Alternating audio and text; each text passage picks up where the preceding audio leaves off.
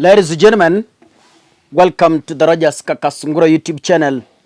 A big thank you for your continued support. As we speak, the 2027 campaigns have already kicked off. When you see the temperature in the Republic of Kenya, the heat is being felt across all regions. Each and every region is positioning itself towards producing a potential candidate who shall negotiate with other regions for the top position. In this, allow me to scale down this analysis to the former Super Cabinet Secretary, Honorable Dr. Fred Okengo Matiang'i, who hails from the Gusii region and a typical Kisii. In Kisii, after the late Simeon Nyachae did not make it to the presidency after making a trial, we never thought that Kisii was going to produce, or Gusii was going to produce another powerful man like him. We now have Matiang'i, and the region has sired a hero. In Kenya, Matiang'i has made a legacy. Yeah? It's not someone beginning from scratch.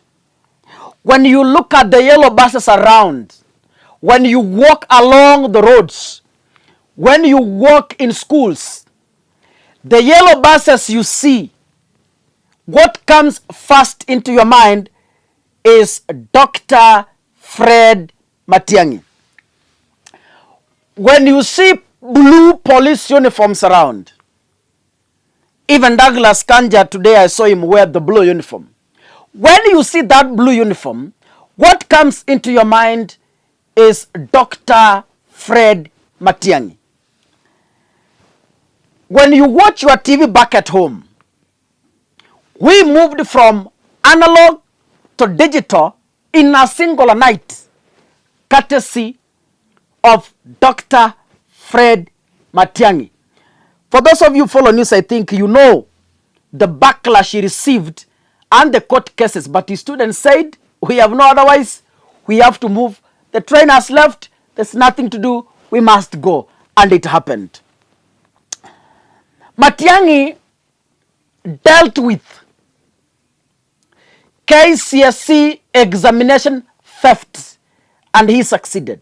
So Matiang'i is somebody who transformed this country in a very big way, somebody who have left notable marks, that when you look at them, you see Matiang'i himself.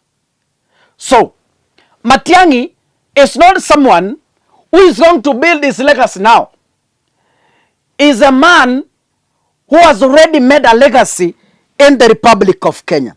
I want to announce to the world that the Matiang'i political train has already left the station in Gusii. Ishatoka. It is moving at a very high speed. Matiang'i is someone who is sellable in central Kenya.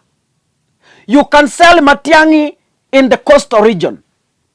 You can sell Matiang'i in the Nyanza region.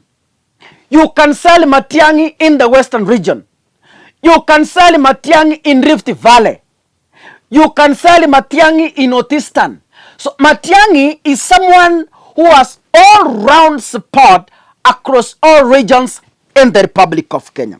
Let me tell you, and I want to confirm, that Gusii region has two counties, that is Kisii and Nyamira. In Nyamira County, the governor is a UPA elected governor under Fred Matiang'i's party. A number of MCAs are from UPA party, Matiang'i's party.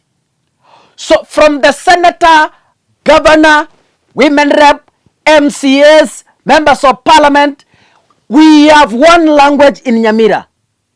It is Matiang'i and no one else. In Kisii, the Kisii governor, Honorable Simbarati, the Kisii senator, Honorable Richard Mamai Monyonka, the Kisii woman rep, Honorable Doris Donya, the Kisii members of parliament, except one rogue member of parliament, all of them are saying we are behind Dr. Fred Okengo Matiang'i. Kaka Sungura, I am behind Dr. Fred Okengo Matiang'i. So I'm asking people of goodwill, or maybe kama mutaki nikuwe nyuma ya Matiang'i, nyinyi pia mtaweza niambia, sababu hata mimi ni mwanasiasa, niko na wafuasi. So if as my subscriber and my consumer and the consumer of my content, tell me where you want us to go. Kama ni Matiang'i, sisi tuko hapo. And Matiang'i is the only fearless, no-nonsense individual who is going to rescue this country from the yokes of the rogue politicians we see around. Now, Gusii is speaking in one language. It is Matiang'i, except one rogue politician I've told you. And you know him. The South Mugrango Member of Parliament, Honorable Silvana Zosoro. So the only politician from Kisii who is not supporting Matiang'i is Honorable Silvana. Huyo hata tunajua yeye, tunamuelewa. Wacha akae kando, aendelee kuabudu huyo Ruto. We have no problem with him. Now, Matiang'i protected Raila Odinga at all costs in the previous general election. Of course, Kenya knows, and you know that. Matiang'i protected Uhuru Kenyatta to the core. Matiang'i was over loyal to the gentleman in Azimio. So we are asking the people of Luo Nyanza through Raila Odinga, rudisha mkono. This is one of the ways to show goodwill to the person who once served you and protected you in 2022 general campaigns. So, ladies and gentlemen, I want to publicly announce that Matiang'i's presidency is unstoppable. Matiang'i is not new in this country. He has done work before. His work is evident. It is not someone we are going to do a trial and error.